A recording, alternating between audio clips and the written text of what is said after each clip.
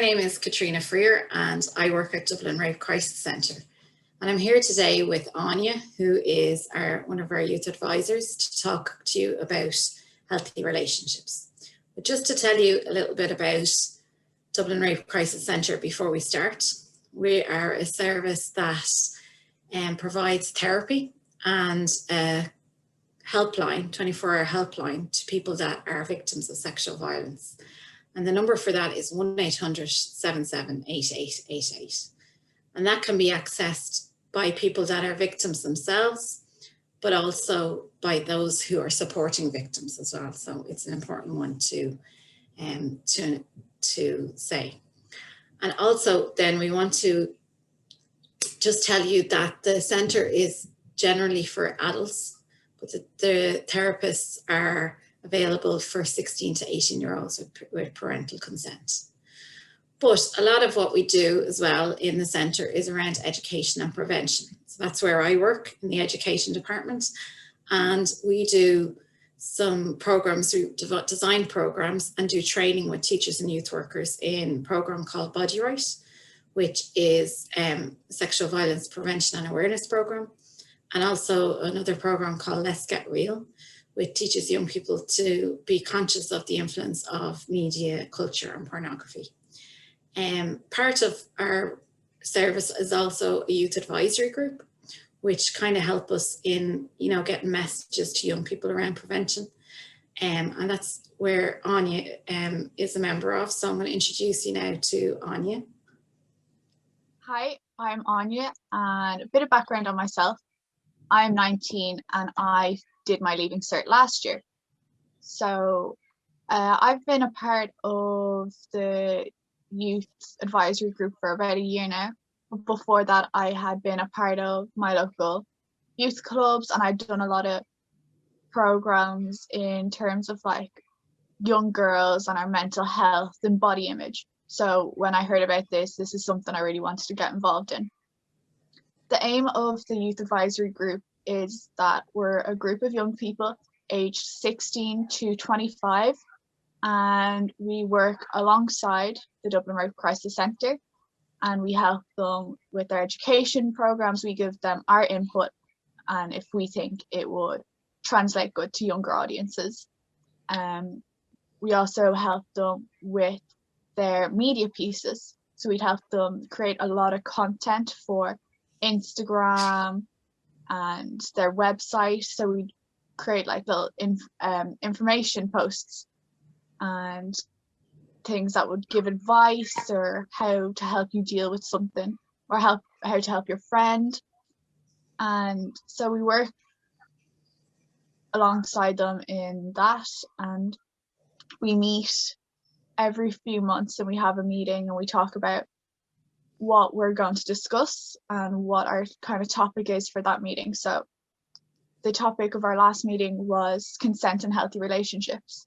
So during that, we talked a lot about what consent means to us, how you can communicate consent, and how you don't need to communicate consent sometimes. It can just be a non-verbal thing as well. And we also want to work on showing people what a healthy relationship is and how to get out of an unhealthy relationship. That's great. And just to mention that we know that if through research that people can be impacted by different things, information on sensitive subjects, and especially sexual violence.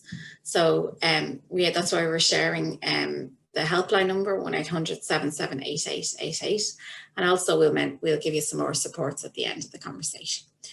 So Aine, just to think about then, having been a member of the advisory group and discussing healthy relationships, what do you think makes a healthy relationship?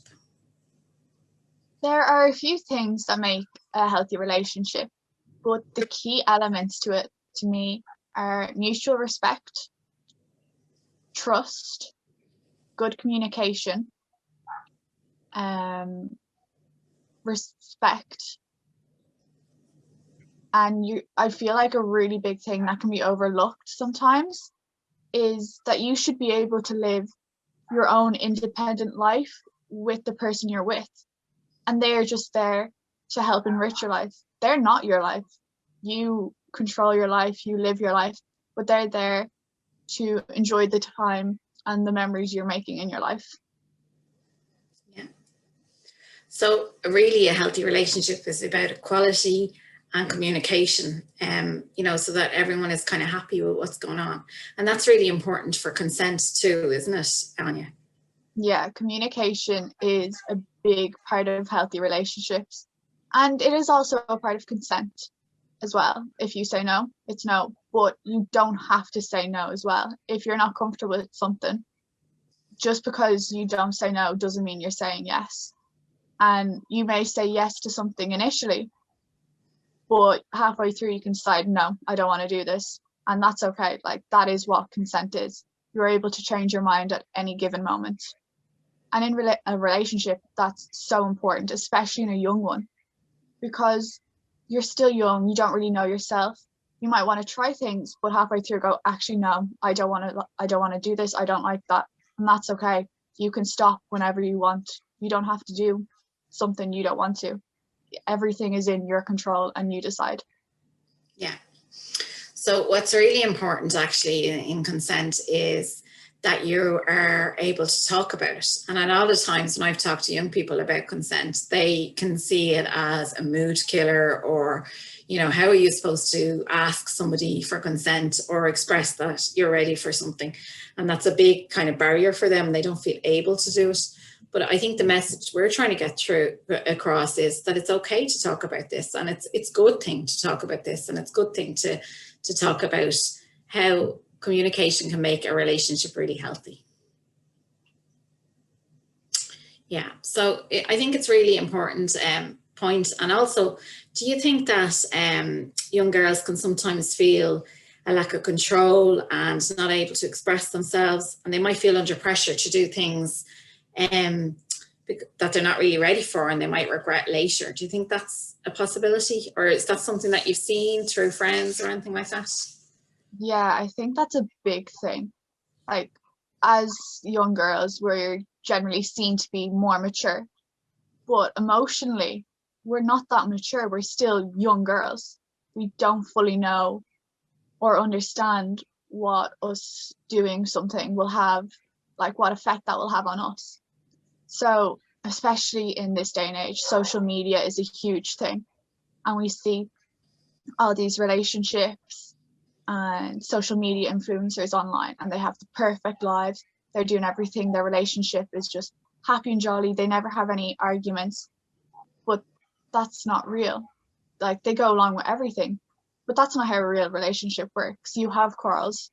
You have to communicate through them, though. Some person might be ready to do one thing, and if you're not, that's okay, but you need to be able to communicate that with your partner and say, I don't want to do this, I'm not ready. And social media and entertainment should not have an input in your relationship. It's between yourself and the person you're with. You're the only two who should have any input in it. So you see on TV shows like Riverdale, they're people who are supposed to be in their high school. So they're young enough, they're like 16 to 18, I think. And they're there having full-blown relationships and having sex and all of that. But your main focus in school should be your education. And I'm not saying relationships and sex doesn't happen in school, but too much of a point is put on that aspect of the show, where that's not what it should be. When you're in school, you're there for yourself. You're there to learn and develop and grow. And it's hard enough doing that by yourself as a young person when you have all these emotions going haywire without adding someone else to that mix and having to take into consideration their emotions on what they want. When you're in school and when you're young, your main focus should be you and just concentrating on yourself. Like, what else would you be doing? You're going to learn so much more about yourself when you're young, so may as well take full advantage of it. Yeah, and I have seen that the influence of media and culture on young people as well a lot, you know. When I talk to young people, and you see that a lot of their influences are music, and videos and, you know, social media, where everything is kind of aimed or can be over sexualized. You know, girls can be over sexualized. There's not much communication happening in music videos, where girls are kind of seen as, you know, props probably for the guys in the videos as well. And the other thing then to mention is that there's a lot of there can be a lot of influence of pornography on the way young people think about sex as well, and think about relationships as well. Like in porn, there's no conversations about consent. You know, things like the way sex is a fake representation. It's made up, and it's something that young people, if they're seeing it at a younger age, they're kind of internalizing into their brain, which isn't developed yet fully. And it can mean that they can actually believe that this is the way sex is in real life. So that can be a little bit harmful. And you can see how that would be influence an unhealthy relationship, where they just feel like they're expected to do things in this way as well.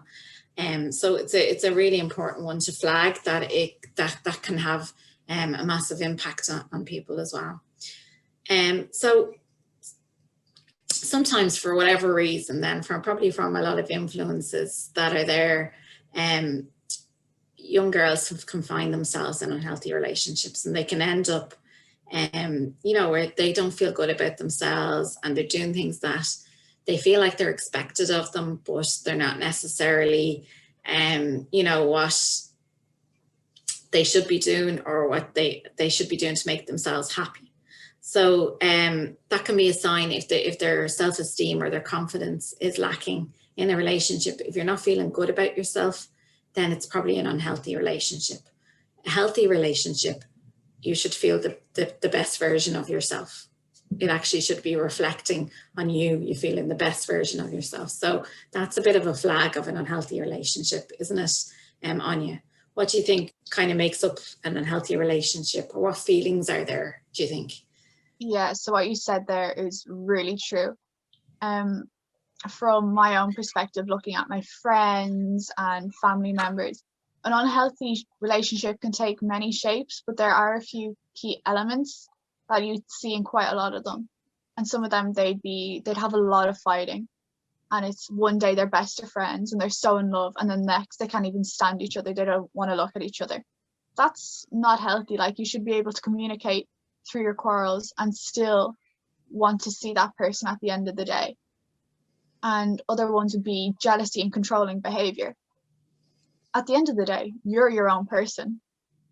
So the fact that someone's getting jealous over who you're friends with, who you're following on social media, or what you're looking at, what you're wearing, that's not right. You should be able to be with friends with whoever you want. You should be able to like whatever you want, follow whoever you want on social media. You should be able to wear whatever you want. It's your own body. It's your own mind. You control it. So the fact someone's trying to control that for you is a big red flag for an unhealthy relationship, and it shouldn't be pushed aside. Yeah. Another one would be, you can start to feel quite anxious and insecure of yourself. And as Caitriona said, you should be your best version of yourself in a relationship. But in healthy relationships, the other person has a way of making you feel lesser, and that you need to be with them to be the better version of yourself, when really you're not. You're just surviving rather than thriving in life. Yeah.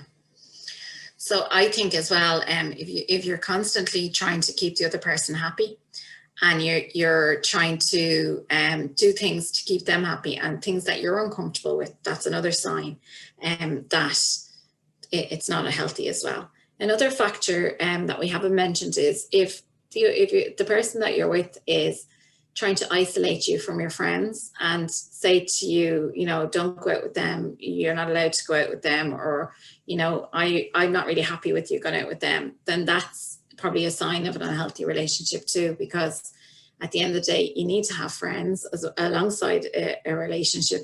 And as Anya was saying earlier, especially when you're young, your main focus should be yourself. And if you're in a relationship with somebody and it's good, you feel the best version of yourself, and you feel like you're having good relationships with other people too, you know. So that's just one thing to flag as well. So what do you think then, Anya, people should do if they recognise any of these behaviours in themselves? Like what would be, and they're worried about it and they kind of want to do something about it. You know, it could mean that they may need to end this relationship, but, you know, what do you think they need to do? I think the first step in everything is, if you're feeling not the best about your relationship, is speak to someone outside of the relationship, whether it be a parent, a friend, a teacher, or someone completely not in your own life, someone outside of it. Just talking to someone will give you clarity, and they are able to offer you advice that you wouldn't have thought of yourself, especially if it's one of your elders, like your parents or a teacher. They have so much more life experience than us, and they may have been through it themselves, so they can tell you, oh, maybe this isn't the best for you at this stage, maybe take a break. Or if they could say, no, this isn't what you need, you should end it, you'll be a better person from it. So, like, just talk to someone. That is the main thing. You are not alone in this. Someone has gone through it as well. And even if someone hasn't, still talk to them. They'll be able to bounce ideas off of you, give you clarity to help you make your own decision, and for you to realize if this is what you want or if it's not. Yeah. So I think that the real message that we're trying to get across really is that we want to highlight that a healthy relationship is one where there's equal power, where both people feel that they're the best version of themselves, and they're able to have relationships outside of that relationship that are really positive as well. And that they don't feel under pressure to do things that they're not ready for as well. And that's the key thing. And everyone should really feel comfortable about being themselves. So they're the real things that we want to focus on. And that's one thing that's going to be informing a lot of our work in the youth advisory group and in our programs and messages for young people going forward. So if it's a case that for any reason that you feel like you can't talk to somebody you know about this, and you're worried about a relationship being unhealthy, I think it's important to consider to ring some helplines. So you could ring Childline, which is 1-800-666666, and you can text Childline as well on 50101, or you can do live chat as well on their website. And then if you feel like you need to ring the Dublin Rape Crisis Centre helpline, it's 1-800-778888, and that's 24 hours as well. So if there is anybody that needs to ask any more questions, or if you're over 16 and you're interested in joining our youth advisory group, we'd love to hear from you. And so you can contact me at youthprograms@rcc.ie.